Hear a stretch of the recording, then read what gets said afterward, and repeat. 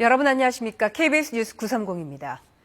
미국이 인도양에서 잠수함 어뢰로 이란 군함을 격침했고 이틀 안에 이란 영공까지 장악할 거라고 밝혔습니다.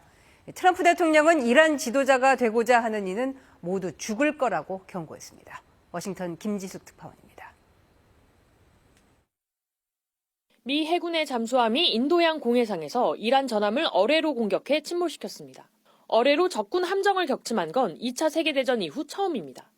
An American submarine sunk an Iranian warship that thought it was safe in international waters.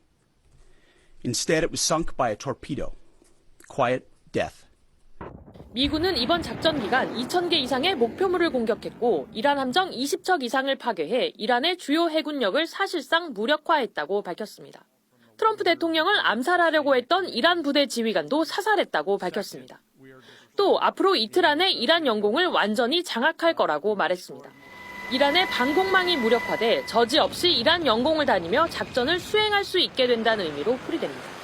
미국은 또 이란의 미사일과 드론 발사가 감소하고 있다면서 이란은 미국보다 오래 버틸 수 없다고 자신했습니다.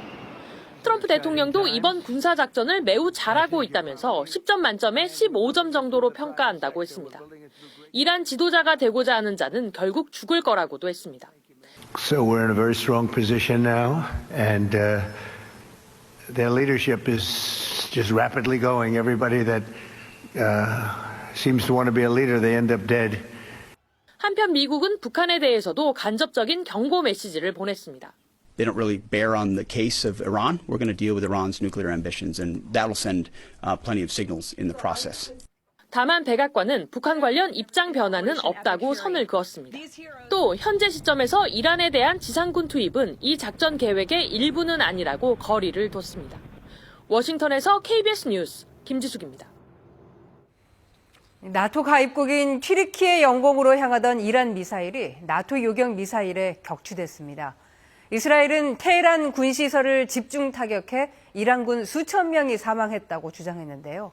이란에서는 공습으로 희생된 초등학생들의 합동 장례식이 거행됐습니다. 안다영 특파원입니다. 크레인이 미사일 잔해를 들어올리고 있습니다. 이란에서 발사된 탄도미사일을 나토가 격추하는 과정에서 떨어진 요격용 미사일 잔해입니다.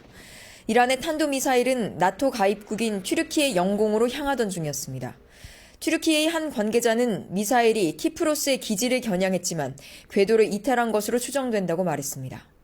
Bu sabahki olayda olduğu gibi NATO müttefiklerimizle yakın istişare içinde her türlü önlemi alıyoruz ve anında gerekli müdahalede bulunuyoruz.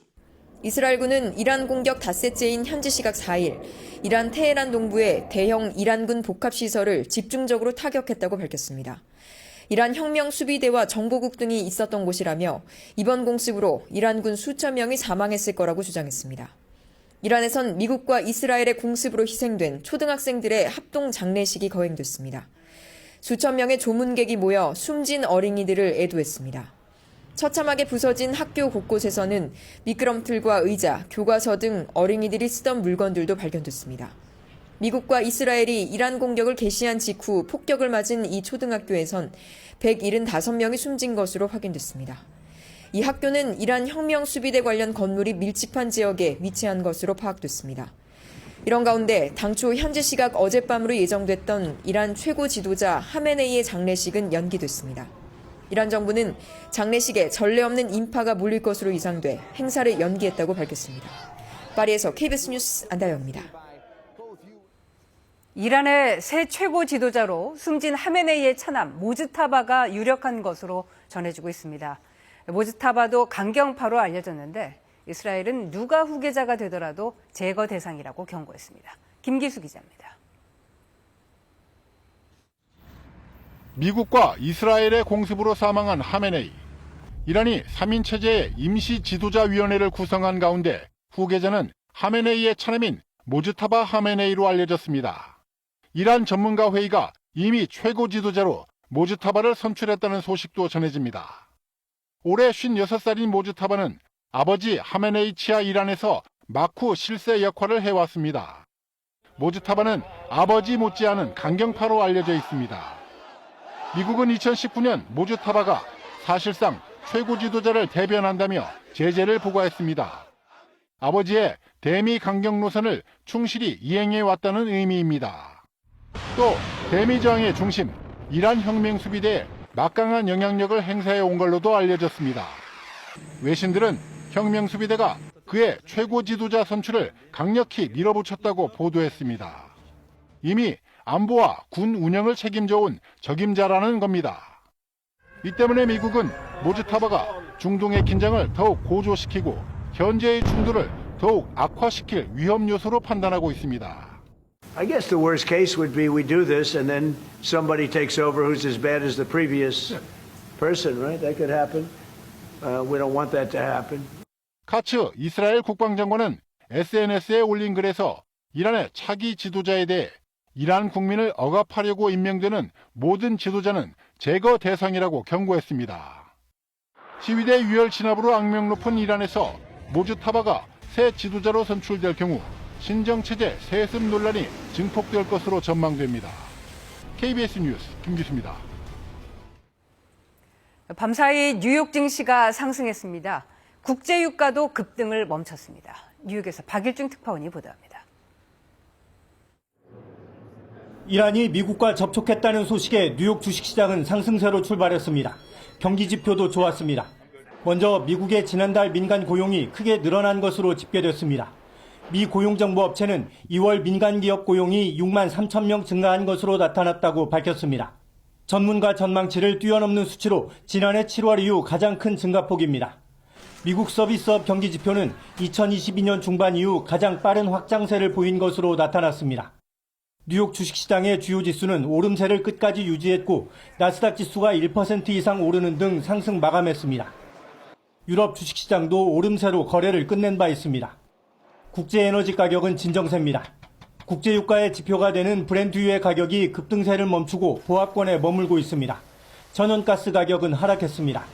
다만 여전히 분쟁 이전보다는 높은 수준이어서 미국 내 주유소 휘발유 평균 가격이 7% 이상 오르는 등 물가에 대한 우려는 여전합니다. 올해 금리 인하가 한 번에 그칠 거라는 전망도 나오고 있습니다. So one expected cut later on this year. Now with the geopolitical events that we talked about, I just need to see. We need to get a lot more data. 골드만삭스는 호르무즈 해협 봉쇄가 몇 주간 이어질 경우 유가가 $100까지 오를 수 있다는 전망을 내놨습니다. 중동 사태 변화에 따라 당분간 변동성은 불가피해 보입니다. 뉴욕에서 KBS 뉴스 박일중입니다. 호르무즈 해협 봉쇄로 이 일대 우리 국적 선박 40척이 발이 묶여 있습니다. 운항 재개 시점이 불투명해지면서 선원들의 안전에 대한 우려도 커지고 있습니다. 허유진 기자입니다. 선박의 위치를 실시간으로 알려주는 사이트입니다. 호르무즈 해협을 살펴봤더니 이란 쪽은 배들이 거의 없지만 두바이와 오만 쪽에는 배들이 빽빽하게 나타납니다. 이란 혁명수비대가 호르무즈 해협 봉쇄에 나선 영향인데 해협 안쪽 페르시아만은 출입구가 막힌 셈이 됐습니다. 이 일대에 머무는 우리 선박은 26척, 사실상 통제 상태인 오만만에도 14척이 있습니다. 원유나 컨테이너를 옮기는 대형 선박들이어서 해상 표적이 되면 피하기가 쉽지 않습니다. KBS와 연락이 닿은 현지 선원도 안전이 가장 걱정이라고 알려왔습니다.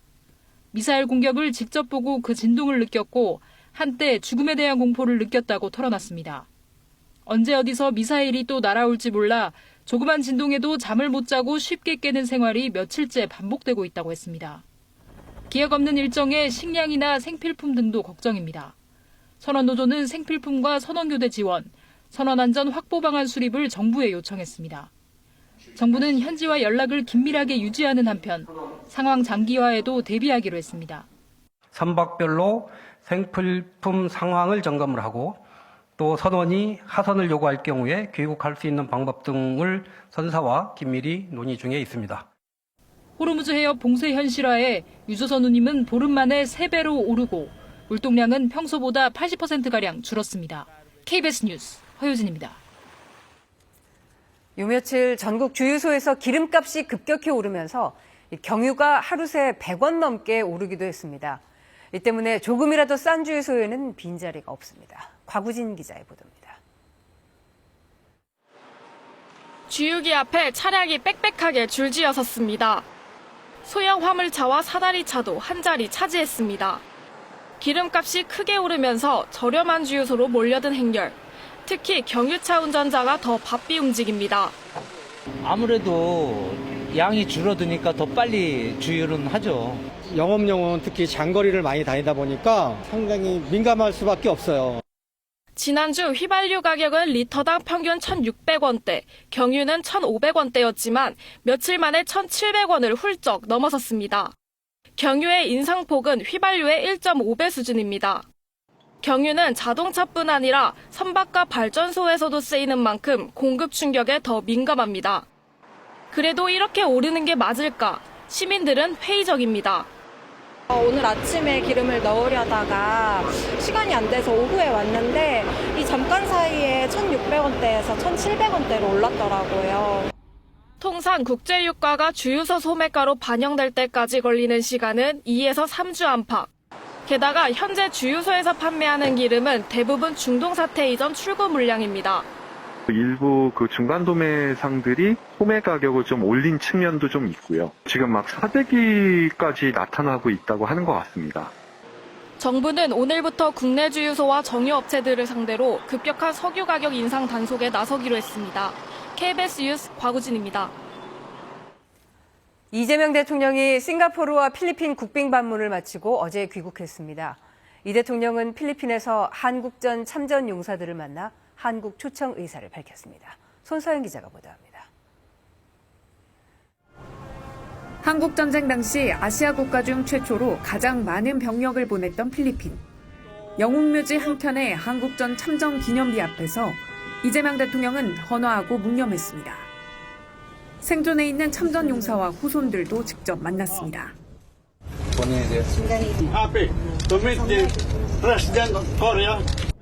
감사의 뜻을 전하면서 한국 초청을 약속했습니다.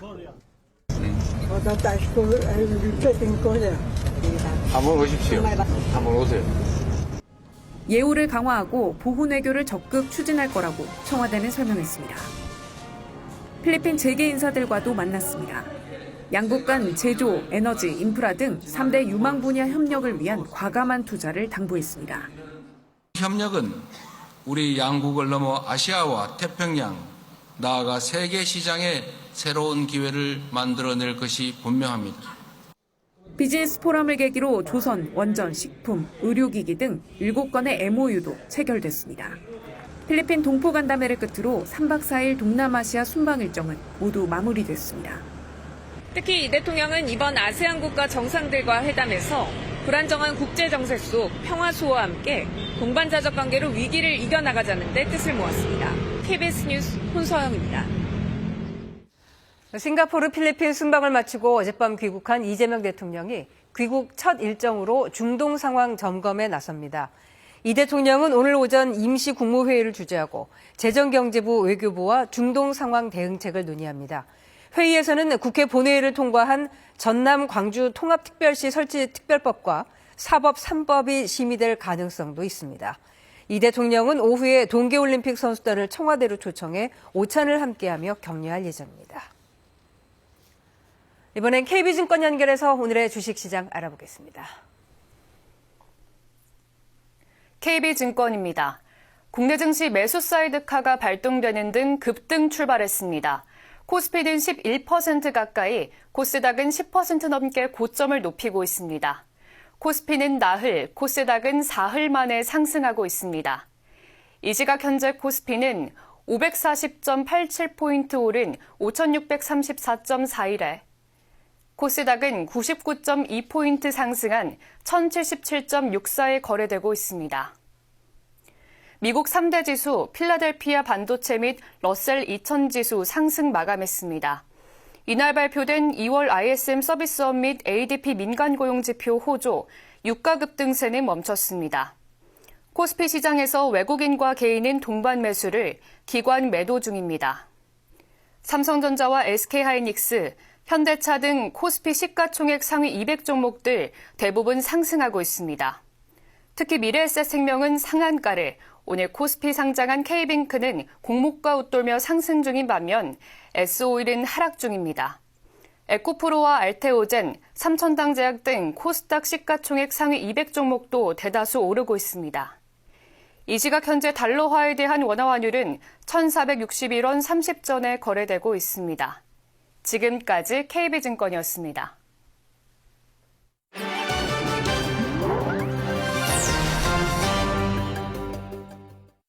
길거리에 버려진 쓰레기를 데이터화해 해결책을 찾는 새로운 시도가 주목받고 있습니다. 관광객이 많이 찾는 나라시 역 앞. 시민들이 집게를 들고 쓰레기 줍기에 나섰습니다. 이들이 사용하는 집게는 대학원생이자 스타트업 대표인 다치바나 씨가 개발한 것으로 소형 카메라가 탑재돼 있습니다. 쓰레기를 짚는 순간 AI가 쓰레기의 종류와 위치를 기록해 지도 위에 시각화합니다.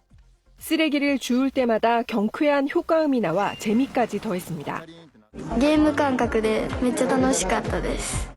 이날 수집된 데이터를 분석한 결과 공원 주변에 종이 쓰레기가 집중된 사실이 확인됐습니다. 지자체는 이를 바탕으로 쓰레기통을 어디에 설치할지 최적의 장소를 결정할 계획입니다. 이 집게는 전국 지자체 등의 유상으로 빌려주고 데이터도 함께 제공하고 있습니다. 오사카에서는 이 데이터를 통해 청소 동선을 효율적으로 바꿔 작업 시간을 크게 단축하기도 했습니다. 다치바나 씨는 단순한 정화 활동을 넘어 축적된 정보를 바탕으로 쓰레기 문제의 장기적인 해결책을 마련하는 것을 목표로 하고 있습니다. 호주에서는 대학생들의 방구하기가 그야말로 하늘의 별 따기 수준입니다. 호주 브리즈번. 대학교 3년생인 브리지 씨는 2주 동안 매일 5곳이 넘는 쉐어하우스를 찾아다녔지만 실패한 끝에 결국 가족의 지원으로 거처를 마련했습니다. It's bought by some family members, which is really convenient because I know people have been looking right now and it's just getting worse and worse. 경제 자립도가 낮은 청년들에게 치솟는 월세는 감당하기 힘든 수준입니다. Reliant on income support with a part-time job, it is really, really tough to afford the rent, even if you're in a share house. 초기 정착에 기숙사가 도움이 되지만 주당 약 $500의 비싼 비용이 장벽인데요. 그나마도 공급이 부족해 대학 합격 통지서를 받기 전부터 미리 방을 예약하는 오픈런 현상까지 벌어지고 있습니다.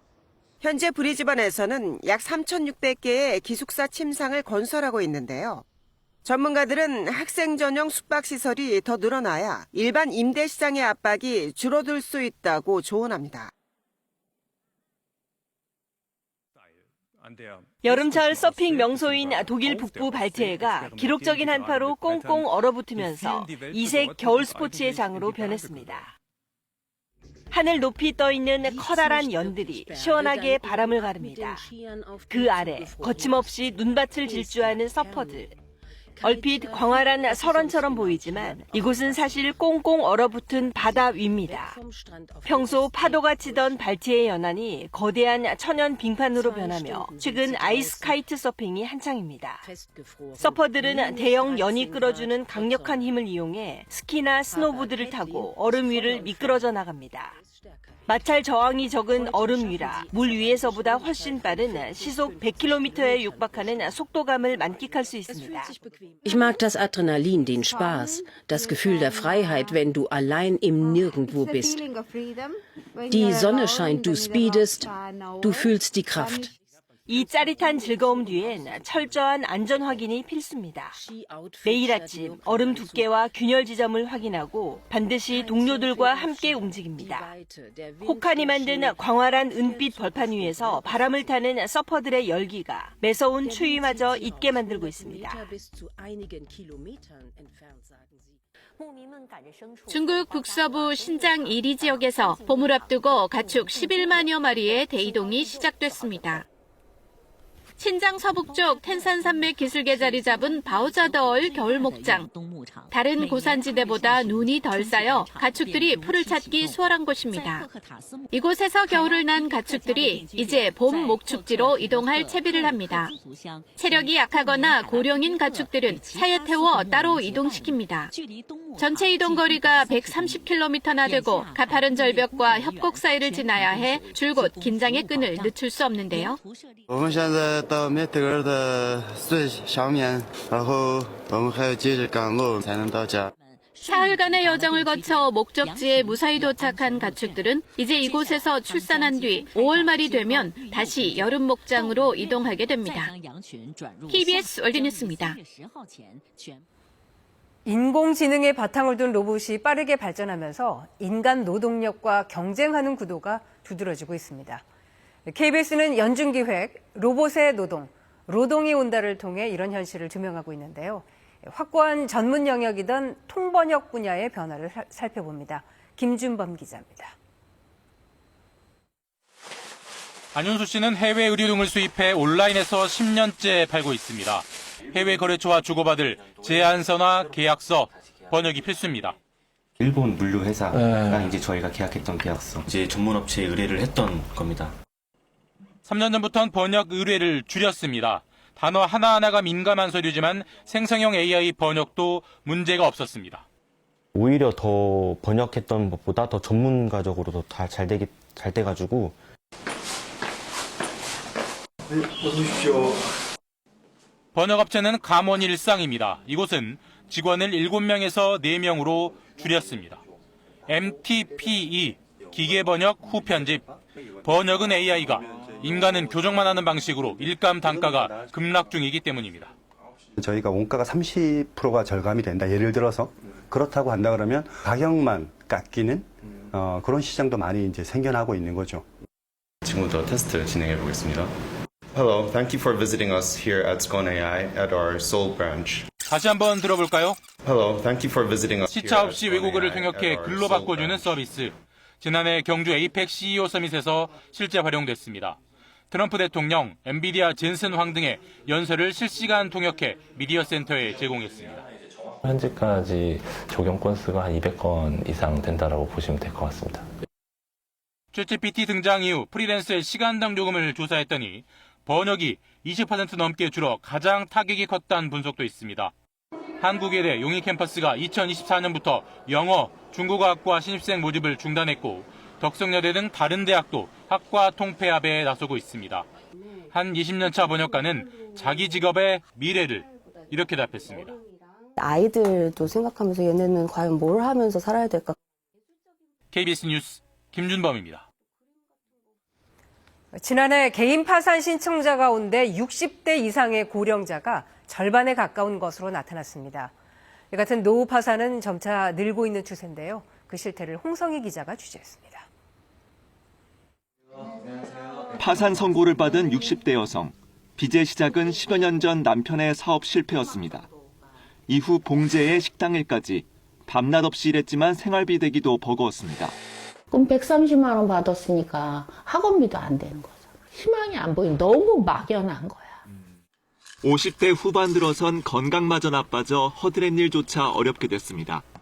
그만두게 된 건 손이 이렇게 막 돼버린 거예요. 너무 퉁퉁 붓고 막. 카드 빚은 3천만 원까지 늘었고 빚에서 벗어날 방법은 파산 신청뿐이었습니다. 내가 파산자가 될 수 있다? 상상도 안 했죠. 한 번 무너지고 다시 원점으로 간다는 건 힘들더라고요. 무료급식소에서 끼니를 때우는 60대 남성. 한때는 당구장을 운영하며 제법 생활이 괜찮았습니다. 하지만 7년 전 아픈 어머니를 돌보느라 당구장 문을 닫았고 95세니까 뭐 거동 불편하시고 뭐 뇌출혈도 조금 오셔갖고 금융 사기까지 당해 결국은 파산으로 몰렸습니다. 계속 꺼놓으신 거예요? 그렇죠. 돈을 감당 못하니까. 이 70대 남성은 명의를 빌려줬다가 졸지에 빚을 떠안았습니다. 택시기사로 일하며 갚아왔지만 최근 실직하며 파산을 신청하기로 했습니다. 대수술을 했거든요. 몸도 아파서 한 달에 20일을 만근을 못해요. 그만뒀으면 하는 식으로 해가지고. 지난해 전국의 개인 파산 신청자는 4만 명. 이 가운데 60대 이상의 고령자는 18,000여 명으로 전체의 45%에 이릅니다. 2020년 이후 전체 파산 신청자 수는 줄어들고 있는 반면 고령자의 노후 파산은 늘어나는 추세입니다. KBS 뉴스 홍성입니다. 전 세계 장애인들의 겨울 스포츠 축제 동계 패럴림픽 개막이 하루 앞으로 다가왔습니다. 이탈리아 현지에서 구슬땀을 흘리고 있는 우리 선수단을 이준희 기자가 만나봤습니다. 대한민국 장애인 노르딕 스키 대표팀이 광활한 알프스 설원을 힘차게 가릅니다. 가파른 내리막 코스도 빠른 속도로 눈 깜짝할 새 내려갑니다. 한국 동계 패럴림픽 역사상 첫 여성 금메달에 도전하는 노르딕 스키 기대주 김윤지도 결전을 준비했습니다. 좋은 컨디션으로 경기에 임하기 위해 열심히 준비하고 있습니다. 저희 패럴림픽 많은 관심과 응원 부탁드립니다. 화이팅! 동계올림픽 금은동의 좋은 기운을 잇겠다는 스노보드 대표팀도 본격적인 코스 적응 훈련에 나섰습니다. 4년 전 베이징에서 아쉬움의 눈물을 쏟아낸 한국 장애인 스노보드의 간판 이재영. 눈물이 너무 나가지고 일단 짧다면 짧은 2년 진짜 준비 열심히 했는데 너무 못해가지고 너무 아쉽고 이번엔 후회 없는 시원한 질주로 기쁨의 찰칵 세리머니를 선보이겠다는 각오입니다. 시차 적응은 이미 마쳤고 저의 몸 상태 역시 최상입니다. 올림픽 스노보드 경기에서 좋은 결과가 이어졌듯이 패럴림픽에서도 이어갈 수 있도록 최선을 다하겠습니다. 파이팅! 인간 한계에 도전하는 감동의 드라마를 향한 여정이 본격 시작됐습니다. KBS 뉴스 이준입니다. 오늘의